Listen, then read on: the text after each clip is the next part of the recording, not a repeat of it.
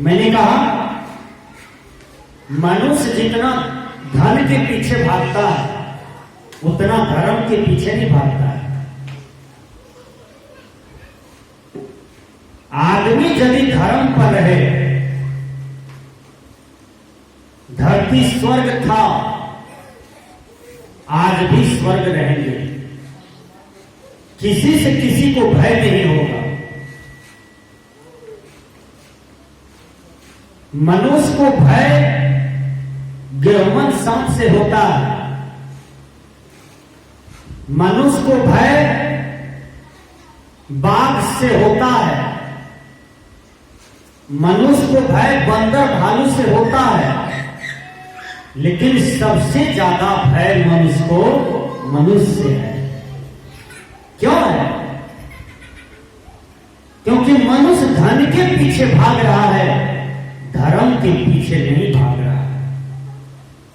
हमें धन कमाना है, उसके चलते भाई को मारना पड़े तो मार देता है, उसके चलते पिता को मारना पड़े मार देते हैं। धन के चलते पड़ोसी को हत्या करना पड़े लोग हत्या कर देते हैं। धन के चलते धर्म को सुधरना लगा दिया। गोस्वामी तुलसीदास जी महाराज लिखते हैं, बिना धन धर्म न होए खगेसा, ले लो अपनी कंठी माला, भूखे भजन नहीं होए गोपाला, ले लो अपनी कंठी माला। भूखे भजन होगा? नहीं होगा। मानव जीवन में आवश्यक है रोटी, कपड़ा, मकान, इसके लिए परिश्रम करना पड़ेगा, इसके लिए मेहनत करना पड़ेगा। मेहनत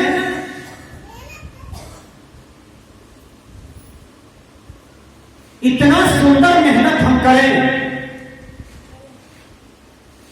इतना सुंदर हम वर्क करें, काम करें कि कल थाना वाला हमारे दरवाजे पर ना आवे, कल कोर्ट का नोटिस हमारे दरवाजे पर ना आवे।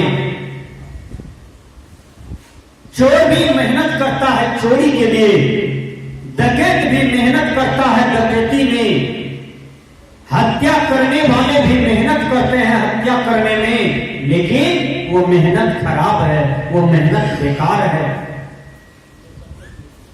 वह मेहनत में जेल जाना पड़ेगा, वह मेहनत में फांसी की सजा है, वह मेहनत में आपको हंसी होगी, लेकिन वह मेहनत करना चाहिए जो मेहनत भगवान कृष्ण किए थे धन के लिए।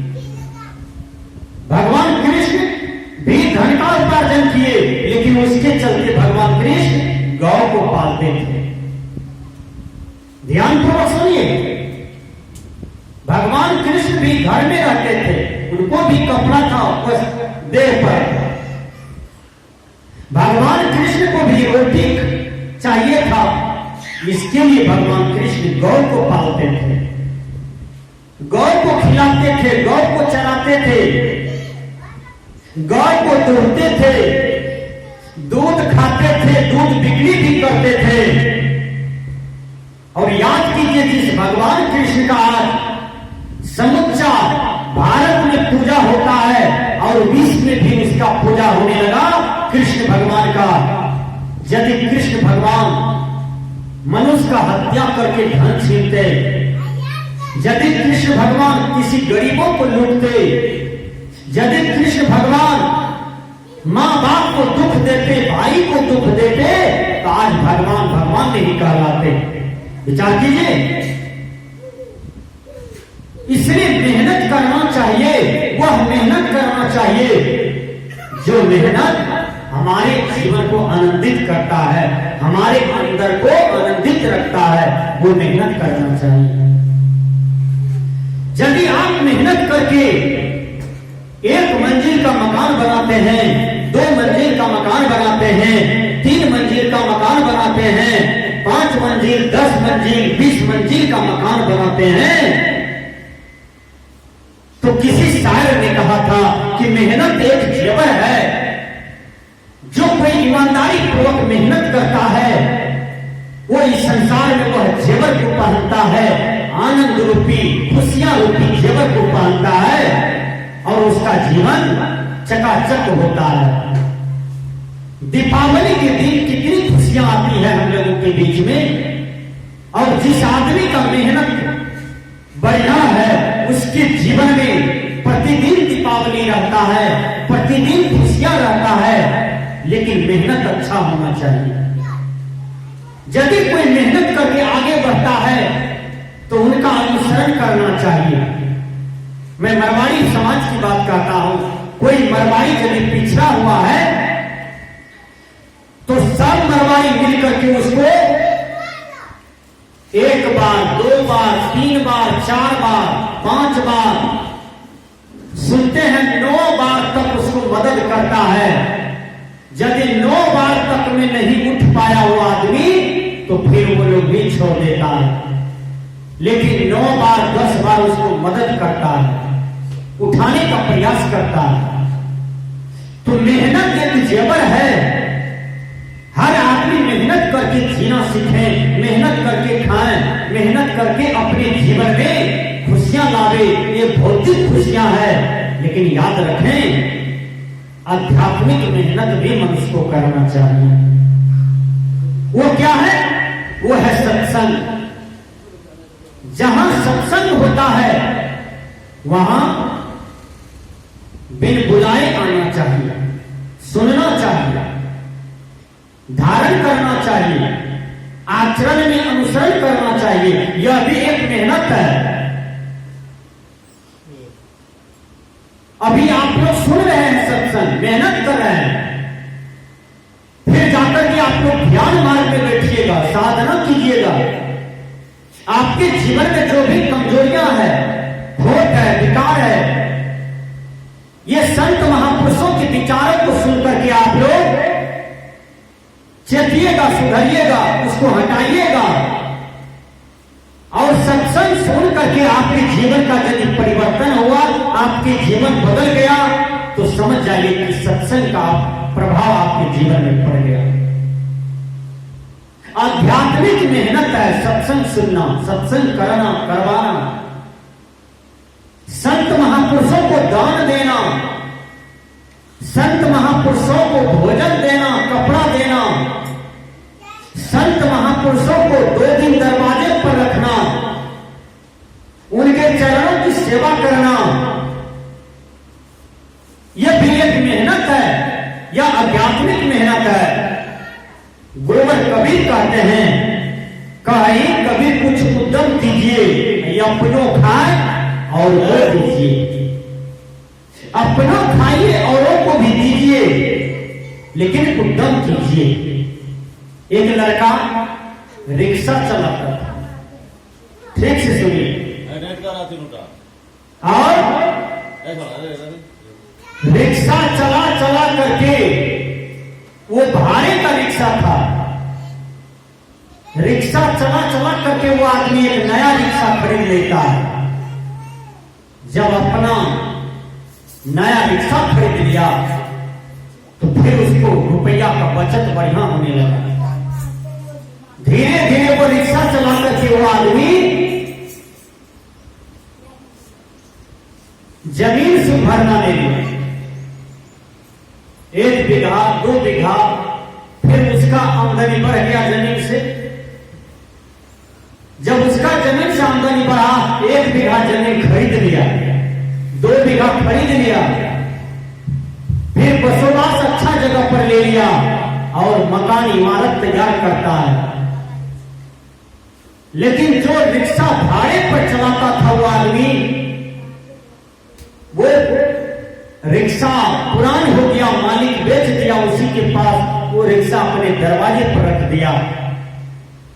वो आदमी धीरे धीरे समाज में सबसे बड़ा धनवान हो जाता है रिक्शा चालक, लेकिन उस रिक्शा को कभी नहीं बिक्री किया जिस रिक्शा पर से उन्होंने मेहनत करना सीखा था, जिस रिक्शा से वो नया रिक्शा कमाया, जिस रिक्शा से वो जमीन भरना लिया, जिस रिक्शा से जमीन खरीद लिया और बिल्डिंग बना करके गांव में सबसे बड़ा धनवान आदमी बन गया।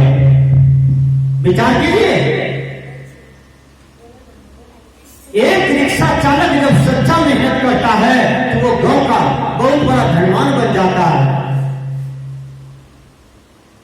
विनोबा भावे से भी बड़ा कोई धनवान होगा है नहीं। गरीबों से जमीन मांग करके और विनोबा भावे अपने लिए कुछ नहीं रखे। विनोबा भावे समस्त गरीबों को जमीन बांट दिए।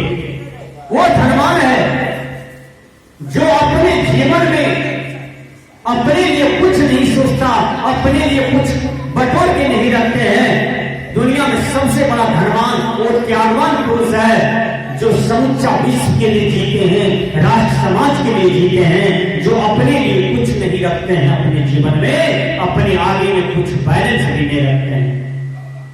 विचार कीजिए, कबीर साहब से बड़ा धनवान इस धरती पर कोई नहीं हुआ। कबीर साहब क्या कहते हैं अपने वाणी में, मन लागो मेरो यार फकीरी, जो सुख पावो राम भजन में, सो सुख नाही अमीरी में। यानी राम भजन में जो सुख है वो सुख अमीरी में नहीं है।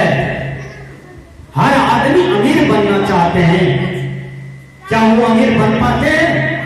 नहीं बन पाते। मैंने रिक्शा चालक का उपमा दिया।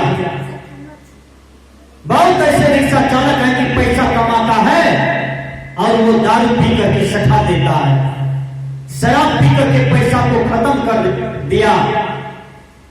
सामने घर आता है तो चावल नहीं है, दाल नहीं है, सब्जी नहीं है, बच्चा रो रहा है, पत्नी चिंता से बैठी हुई है। रिक्शा चला के आता है तो पत्नी को डंडा से मारता है। बोलो वह जीवन कैसा जीवन है? वह जीवन बेकार है। इसलिए संत महात्मा कहते हैं कि दुनिया में वो अमीर है जिसमें त्याग है, दुनिया में वो अमीर है जो ईमानदारी पूर्वक मेहनत करता है रोटी कपड़ा मकान के लिए। इसलिए मेहनत दुनिया में सबसे बड़ी गहना है, सबसे बड़ा जेवर है, सबसे बड़ा हीरा है, लेकिन ईमानदारी पूर्वक होना चाहिए। संत महापुरुष कहते हैं, देखिए कबीर साहब जी अपने जीवन जीने के लिए भी मेहनत करते थे। कबीर साहब कंबल बेच करके खाते थे। कबीर साहब जी और मोहम्मद साहब जी लकड़ी बेच करके खाते थे। कितने बड़े महापुरुष हैं मोहम्मद साहब जी, वो लकड़ी चुनते थे जंगल में और बेच करके खाते थे। ईसा मसीह बकरी चलाते थे और बकरी को आहार दे करके, बकरी को इधर उधर कुछ करके ईसा मसीह जीवन जीते थे। उनको अमीर कहा जाए। आज हम ऐसा अमीर बने हैं कि जिंदगी भर अमीरी अमीरी करते हैं लेकिन अमीर नहीं बन पाते हैं। अरे भाई, आपको 50 बीघा जमीन हो गया, मकान हो गया, गाड़ी नौकर चाकर बंगला हो गया, अपने जीवन में अभी तो धैर्य धारण कीजिए। तृष्णा का जीवन नहीं जीना चाहिए। जीवन कैसा जीना चाहिए? साईं इतना दीजिए जामा कुटुंब समाए, मैं भी भूखा न रहूं साधु भूखा जाए। वो आदमी को अमीर कहता है जिसके दरवाजे पर संत आ जाए उसका भी स्वागत हो गया, मेहमान आ गया उनका भी स्वागत हो गया, कोई कर कुटुंब आ गए उनका भी स्वागत हो गया। हे प्रभु, हे कबीर, हे मेरे गुरुदेव, मुझे इतना ही संपत्ति दीजिए कि मैं भी भूखा न रहूं या तिथि भी भूखा न जाए। आज हमारे देश को लूटने में लगा हुआ है कुछ लोग। देश नरक में चला जाए, देश बिक जाए, लेकिन अरबों रुपया घोटाला मारते हैं, करोड़ों का करोड़ों घोटाला मारते हैं, लाखों लाख का घोटाला करते हैं। बोलिए, आखिर गरीबों की खून को चूसते हैं। आज चलिए टहलिए गांव में, समाज में, देहात में, नगर में, बाजार में, देखिए गरीब गरीब आदमी को घर नहीं है रहने के लिए, किसी किसी को कपड़ा नहीं है, देह पर ठंडी में ओढ़ने के लिए कंबल नहीं है। विचार कीजिए, कोई कोई ऐसा विद्यार्थी है हमारे समाज में जिसको मैट्रिक पास करने का मन है लेकिन फॉर्म भरने के लिए पैसा नहीं है, इंटर बीए करने की चेष्टा रखता है लेकिन पैसा नहीं है पढ़ने के लिए, और हम अरबों करोड़ों की घोटाला मार करके अपनी पत्नी के लिए, अपने बाल बच्चा के लिए रखे हुए हैं। कबीर साहब कहते हैं ये छलिया बुद्धि से तुम राष्ट्र को छल लिया हो, राष्ट्र को छलते हो, राष्ट्र की संपत्ति को लूटते हो, गरीबों की संपत्ति को लूटते हो। याद रखना, जब तुम्हारे पाप कर्मों का फल निकलेगा तो तुमको अकेले भोगना पड़ेगा। विचार कीजिए,